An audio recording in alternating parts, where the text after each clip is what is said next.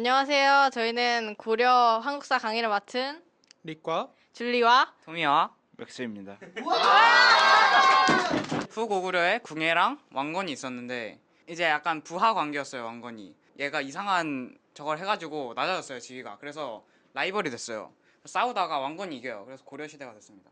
고려를 세운 태조 왕건은 이제 민생 안정 정치를 했는데 그때 창이라는 빈민 안전 구제 도구를 설치를 했어요. 그리고 조세 인하 해서 이제 세금을 10분의 1로 낮췄다고 합니다. 그리고 호족 통합 경제 정책인데요. 사심관 제도는 이제 잘하는 고위 계층들을 뽑아서 사심관이라는 직급을 정해줬다고 해요. 그리고 북진 정책은 이제 서경 평양을 중심으로 북진 정책을 실행해 나갔다고 하고, 이제 두 번째 광종은 왕권 강화 정책으로 노비안 건법을 실시했는데 이제 노비들을 이제 풀어주고 호족들의 힘을 낮추는 법을 실시했다고 하고, 과거 제도 실시는 이제 과거 제도를 통해서 호족들, 이제 상위 계층에 있는 호족들의 힘을 누르고 새로운 인재를 등용시켰다고 합니다. 그리고 관리제 정비는 공복 제정을 하려는데 이제 왕실에 가면은 사람마다 입는 옷들이 다르잖아요. 그거를 이제 단체복이죠. 단체복으로 이렇게 맞춰주고 계급에 따라서 색깔을 바꿔 입혔다고 합니다.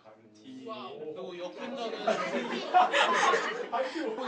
공이 큰 관리들에게 좋다고 합니다. 그렇다네요. 정부와 통치체제 정비는 중앙지방교육 조직을 이렇게 정비했다고 합니다. 그리고 사회정책은 의창을 설치했는데 아까 말한 흑창의 업그레이드 버전이라고 생각하시면 돼요. 다음으로는 고려의 통치 체제인데요. 고려는 이성 육부제라는 게 있었는데 이성은 중서문화성이랑 상서성이라는 두 개로 나뉘었는데 중추원은 이제 군사 기밀이나 왕명을 전달했다고 합니다. 그 어사대라는 게 있었는데 관리가 나쁜 짓을 하잖아요. 비리를 관찰하는 그런 거였습니다. 그리고 3사는 회계를 담당한 사람? 네, 도병마사는 이제 군사 문제, 국방 문제를 해결하는 역할을 했다고 하고요. 식목조감은 이제 법에 관련된 문제들을 해결했다고 합니다. 대가는 왕 옆에서 왕이 바른 길을 갈 수 있도록 도와주는 길잡이 역할을 했다고 해요. 자, 군대. 이제 지방 행정 조직을 5도로 나눴어요. 저희는 전국 8도가 있죠. 여기는 이때 5도로 나눴어요. 안개는요, 거기에만 맨날 있는 상비군이라고 생각하시면 돼요. 중앙군은 이제 나라에서 돈을 열심히 받으면서 일하시는 군대를 뜻하고요.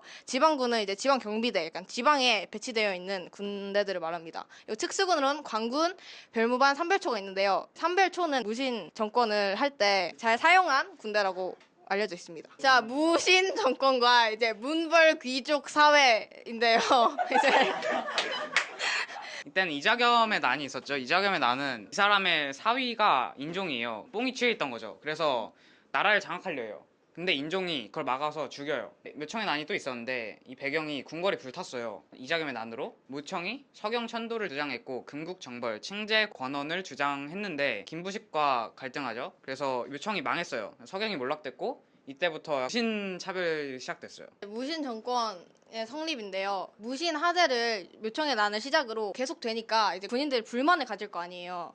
그때 이제 정준부와 무신들이 손을 잡아서 약속을 잡은 다음에 한 번 죽였다고 합니다. 최고 권력자였던 정중부가 있죠. 정중부가 권력을 잡자 다른 사람들이 난 이게 싫다 하고 난을 일으켜요. 이게 김보당의 난, 망이 망소희의 난. 다음은 이이민이라는 사람이 나오는데 이 사람이 천민 출신인데 정중부를 죽이고 무신 정권의 왕이 됐거든요. 근데 이게 싫었던 최충원이 그 사람을 죽여요.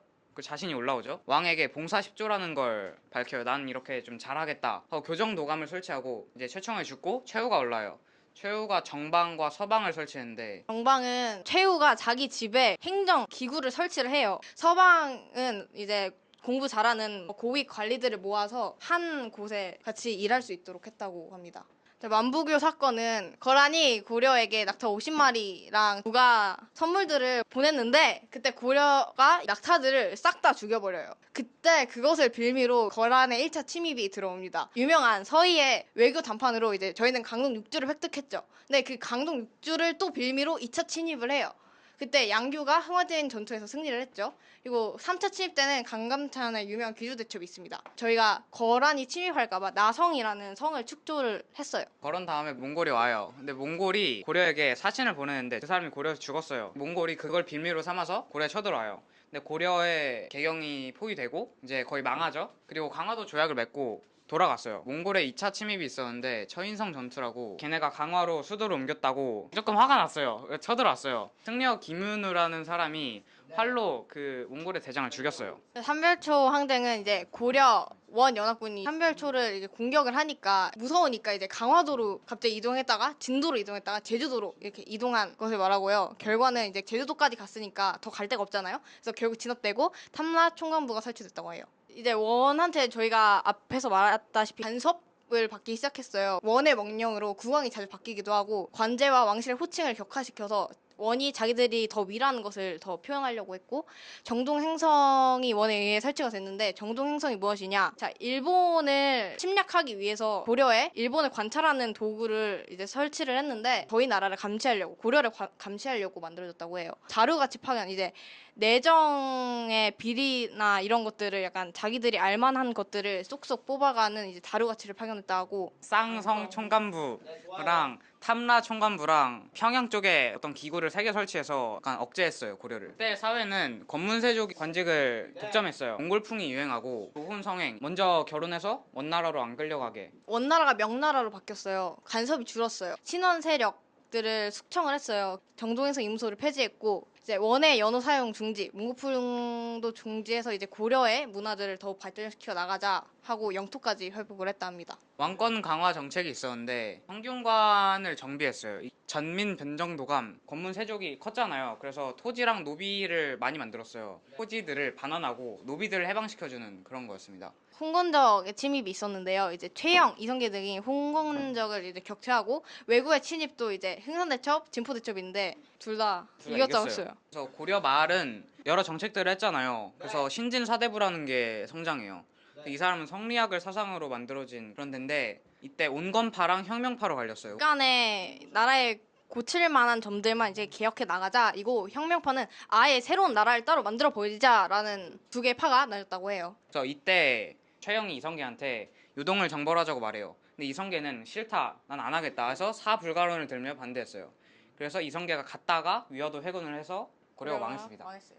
이때는 불교 사상이 있었는데요. 제일 유명한 스님이죠. 의천이랑 진울. 의천은 일단 국청사를 중심으로 천태종이란 걸 창시했어요.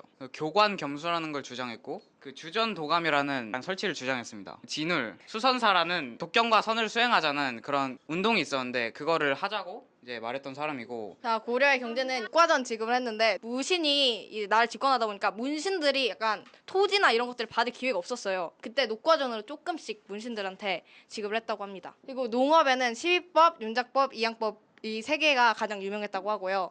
목화 재배는 이제 문익점이 원나라에서 목화 씨를 갖고 와서 재배해서 백성들에게 잘 나눠줬다고 하고요. 농사지표 수입을 했다고 합니다. 이함이. 고려 후반 때는 약간 편의점 같은 게 발달했어요. 그래서 상점들이 많았는데 상점은 주로 개경 쪽에 있었고 경시서라는 게 있었는데 경시서는 상점들이 물건을 잘 팔고 그런 걸 잘 하는지 감시하는 그런 기관이었다고 합니다. 건원중보라는 성종 때 있었던 화폐가 있고 해동통보랑 사만통보는 화폐 이름인데 주전도감 거기서 만든 화폐입니다. 무역으로는 병란도의 발전이 있는데 병란도가 약간 무역항이에요. 그래서 무역이 제일 잘 이루어지는 그런 데였고 그래서 많은 나라와 교류를 했습니다. 고려의 신분이 4개가 있었는데요. 첫 번째 제일 높은 귀족, 그 다음에 중류층, 양민, 천민 있었는데 귀족은 주로 왕족이나 고위 관리들, 중간 계층은 농민층인데 좀 자유로운 농민층이었어요. 양민은 그냥 아예 농민층, 농사만 짓고 먹고 사는 그런 사람들. 천민은 그냥 노예라고 보시면 됩니다. 관리들은 공음전이라는 나라에서 주는 바치를 받았어요. 그리고 중간 계층은 어쨌든 걔네도 외역전이란 걸 받았다. 그리고 고려 때는 여성의 지위도 상당히 높았어요. 상속을 받을 때 남녀 차별이 없었고 이혼도 자유자재로 가능했고 음서 혜택이란 게 아빠가 의사면 나도 의사 같은 약간 높은 그런 게 될 수 있다. 직업을 물려줄 수 있는 구제도감이라는 병원들을 곳곳에 설치했고 해민국이라는 또 무료 약국을 설치를 해줬고 동서대비원이라는 이제 치료와 빈민 구제의 목적으로 한 그런 것들을 백성들에게 해줬다고 합니다. 유학인데요. 이제 초기에는 최승로의 시무 28조를 이제 유교 사상의 근본으로 삼고 이제 가르쳤다고 하고요. 중기에는 최충의 사립교육기관인 구제학당과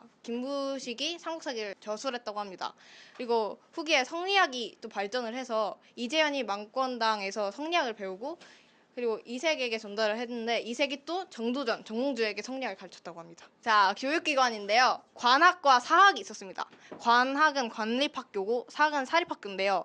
관학에서는 이제 국자감에서 유학과 기술학을 가르쳤고 사학은 구작장을 포함해서 12개의 사학이 발달했는데 관학보다 많은 합격자가 있었어요. 그래서 이제 사학이 너무 잘 되니까 이제 왕이 관학도 잘 되게 해야 된다라는 생각을 가지고 이제 국자감에 전문 강좌 7제를 설치하고 장학재단 양고를 설치하고 도서관인 천연각과 보문각을 설치를 해줬다고 합니다. 고려 때는 삼국사기랑 삼국유사가 쓰였는데요.